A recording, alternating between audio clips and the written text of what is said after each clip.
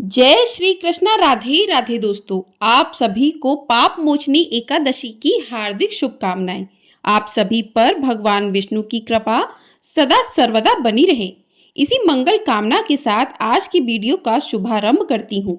आज चैत्र मास के कृष्ण पक्ष की एकादशी तिथि है और इस एकादशी को पाप मोचनी एकादशी के नाम से जाना जाता है। कुछ स्थानों पर इसे पाप मोचनी ग्यारस भी कहते हैं। पाप का अर्थ है अधर्म और मोचनी का अर्थ होता है मुक्ति पाना। इसलिए पाप मोचनी एकादशी पापों को नष्ट करने वाली एकादशी है। यह हिंदू नव वर्ष की पहली एकादशी मानी गई है, इसलिए इसका महत्व कई गुना बढ़ जाता है। इस एकादशी की कथा को सुनने से मनुष्यों को सौभाग्य की प्राप्ति होती है एवं पूर्वजों को मोक्ष की प्राप्ति होती है। तो आज मैं आप सभी को सुना रही हूँ पाप मोचनी एकादशी की बड़ी ही दुर्लभ कथा। इन कथाओं को सुनने से मनुष्य के सभी पाप और संकट कट जाते हैं तथा समस्त मनोकामनाओं की पूर्ति होती है। तो आप लोग बड़ी ही श्रद्धा और प्रसन्नचित मन से इन कथाओं को पूरा अवश्य सुनिएगा। तो आइए भगवान श्री लक्ष्मी नारायण जी के चरणों का ध्यान करते हुए इस कथा को सुनते हैं। प्रिय श्रोताओं, एक बार अर्जुन ने भगवान श्री कृष्ण से कहा कि हे मधुसूदन, मैं जैसे जैसे एकादशियों के व्रतों की कथाएं सुन रहा हूँ, वैसे वैसे अन्य एकादशियों की व्रत की कथाओं को सुनने की मेरी जिज्ञासा बढ़ती जा रही है। हे मधुसूदन, अब कृपा करके आप चैत्र माह के कृष्ण पक्ष की एकादशी के विषय में मुझे बताइए। इस एकादशी का क्या नाम है और इसमें कौन से देवता का पूजन किया जाता है तथा इसकी व्रत कथा क्या है। तब भगवान श्री कृष्ण जी ने कहा कि हे अर्जुन, एक बार यही प्रश्न पृथ्वीपति माधंता ने लोमेश ऋषि से किया था। जो कुछ लोमेश ऋषि ने राजा मांधाता को बताया वही मैं तुमसे कह रहा हूँ। राजा मांधाता धर्म के गहरे रहस्यों के ज्ञाता महर्षि लोमेश से पूछा कि हे ऋषि श्रेष्ठ, मनुष्यों के पापों का मोचन किस प्रकार संभव है? कृपा कर कोई ऐसा सरल उपाय बताएं जिससे सहज ही पापों से छुटकारा मिल जाए। तो महर्षि लोमेश ने कहा, हे राजन, चैत्र मास के कृष्ण पक्ष की एकादशी का नाम पाप मोचनी एकादशी है। मैं तुम्हें इस व्रत की कथा सुनाता हूँ, ध्यान पूर्वक श्रवण करो। प्राचीन समय में चैत्र रथ नाम का एक वन था। उसमें अप्सराएं किन्नरों के साथ विहार करती थीं। वहां सदैव वसंत का मौसम रहता था, अर्थात उस स्थान पर सदैव नाना प्रकार के पुष्प खिले रहते थे। कभी गंधर्व कन्याएं विहार किया करती थीं, तो कभी स्वयं देवेंद्र अन्य देवताओं के साथ क्रीड़ा किया करते थे। उसी वन में मेधावी नाम के एक ऋषि भी तपस्या में लीन रहते थे।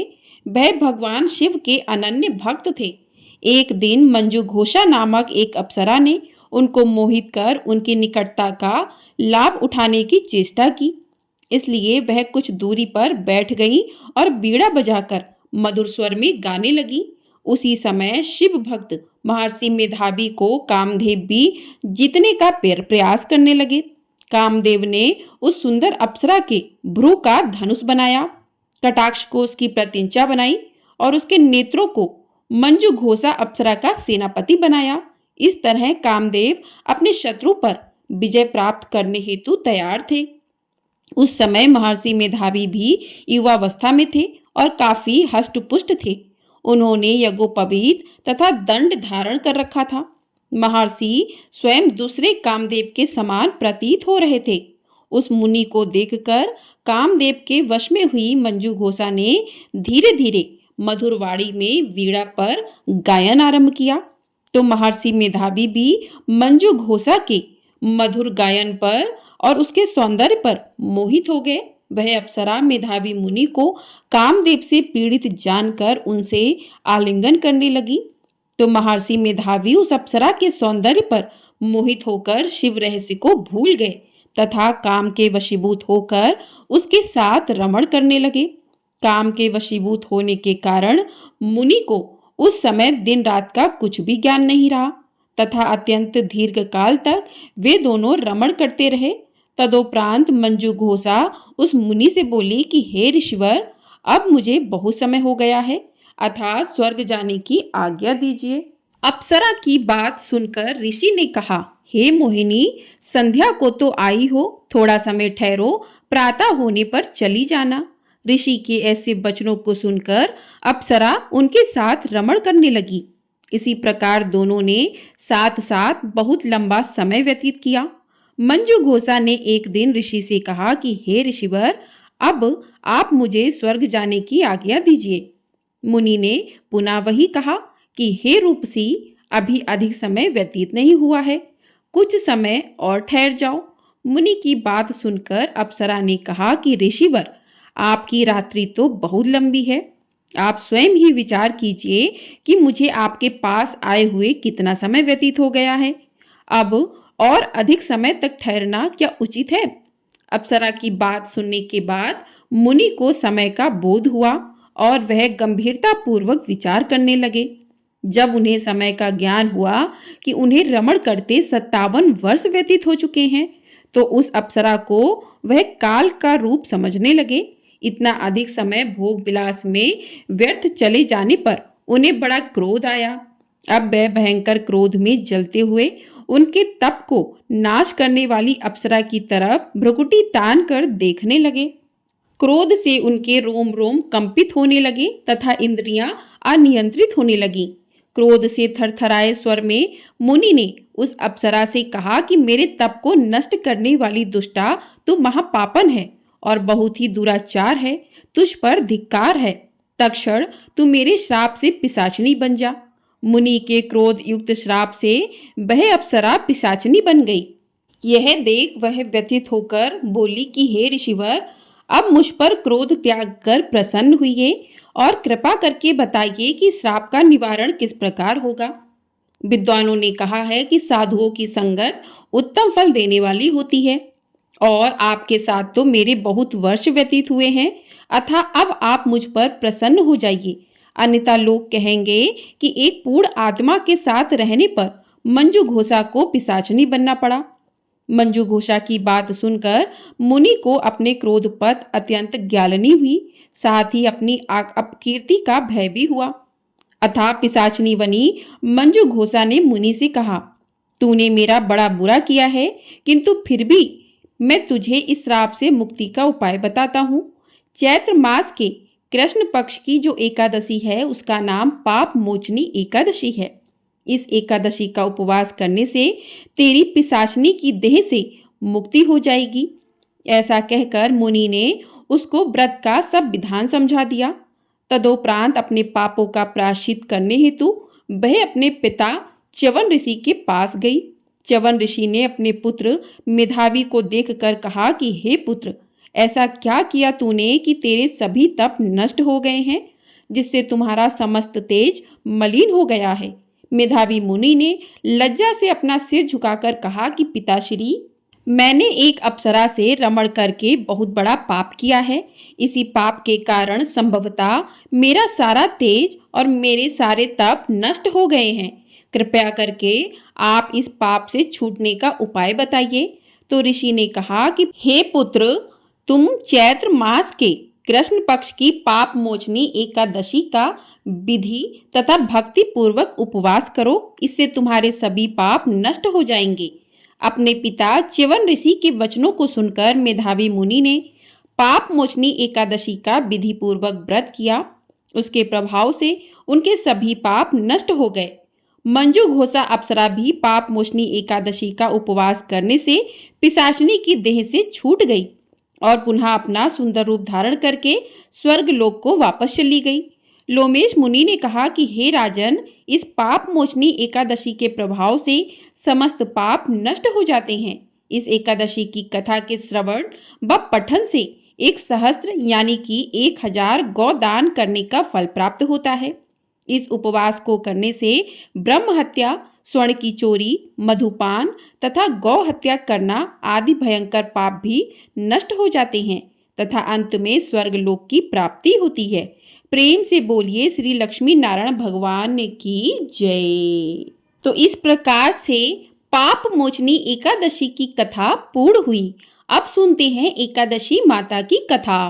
प्रिय श्रोताओं, युधिष्ठिर ने भगवान श्री कृष्ण से पूछा कि भगवान, पुण्यमयी एकादशी तिथि कैसे उत्पन्न हुई, इस संसार में वह पवित्र क्यों मानी गई है तथा देवताओं को कैसे प्रिय हुई। तो श्री कृष्ण भगवान बोले कि कुंती नंदन, प्राचीन समय की बात है। सतयुग में मुर नामक दानव रहता था। वह बड़ा ही अद्भुत, अत्यंत रौद्र तथा संपूर्ण देवताओं के लिए भयंकर था। उस काल रूपधारी दुरात्मा महासुर ने इंद्र को भी जीत लिया था।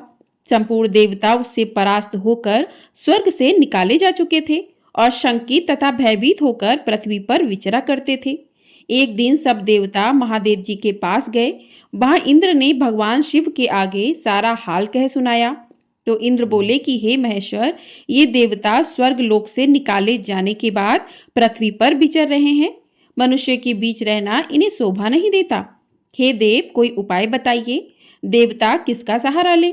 तो महादेव जी ने कहा कि देवराज, जहां सबको शरण देने वाले, सबकी रक्षा में तत्पर रहने वाले जगत के स्वामी भगवान गरुड़ ध्वज विराजमान है, वहां जाओ। वे तुम लोगों की रक्षा अवश्य करेंगे।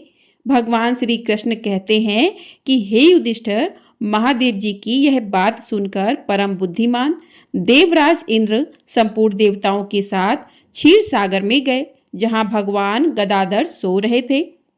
इंद्र ने हाथ जोड़कर उनकी स्तुति की। इंद्र बोले कि देव देवेश्वर, आपको नमस्कार है। देव, आप ही पति, आप ही मति, आप ही कर्ता और आप ही कारण हैं। आप ही सब लोगों की माता और आप ही इस जगत के पिता हैं। देवता और दानव दोनों ही आपकी वंदना करते हैं। हे पुंडरीकाक्ष, आप दैत्यों के शत्रु हैं। मधुसूदन, हम लोगों की रक्षा कीजिए। प्रभो जगन्नाथ, अत्यंत उग्र स्वभाव वाले महाबली मुर नामक दैत्य ने इन संपूर्ण देवताओं को जीतकर स्वर्ग से बाहर निकाल दिया है।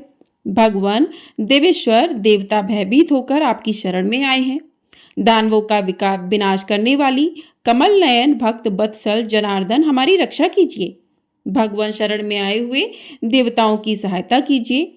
इंद्र की बात सुनकर भगवान विष्णु बोले कि देवराज, यह दानव कैसा है, उसका रूप और बल कैसा है तथा उस दुष्ट के रहने का स्थान कहाँ है।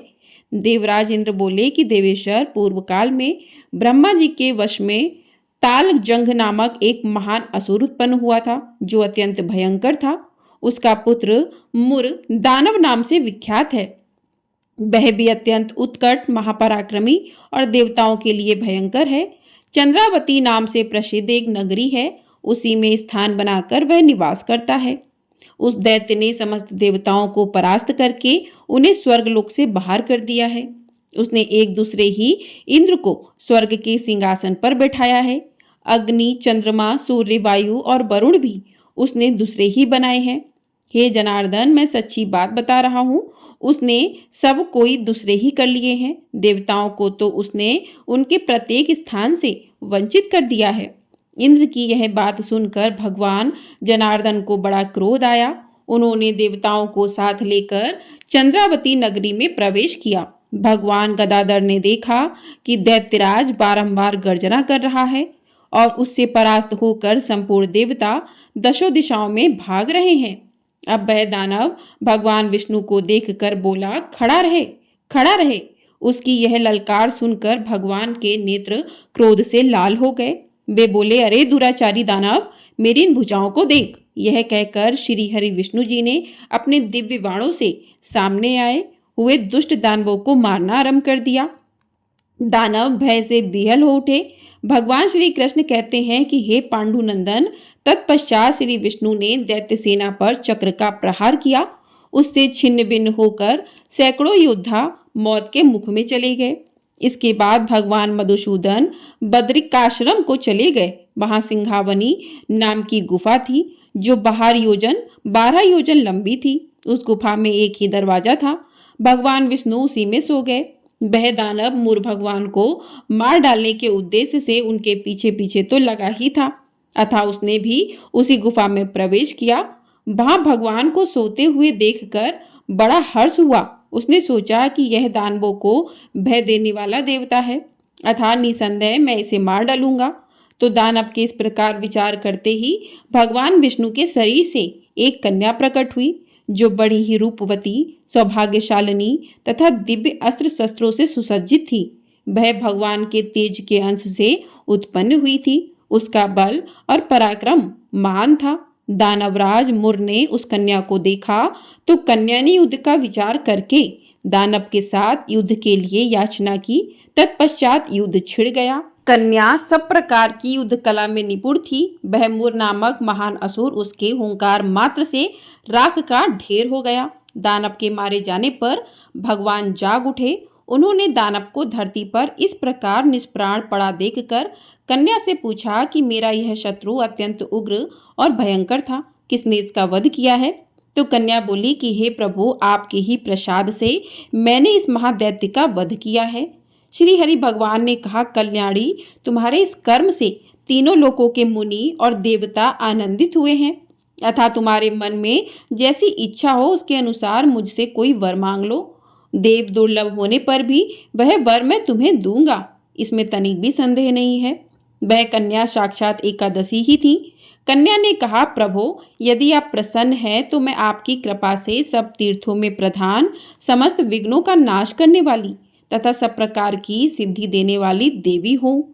जो लोग आप में भक्ति रखते हुए मेरे दिन को उपवास करेंगे उन्हें सब प्रकार की सिद्धि प्राप्त हो। जो लोग उपवास करके मेरे व्रत का पालन करें उन्हें आप धन, धर्म और मोक्ष प्रदान कीजिए।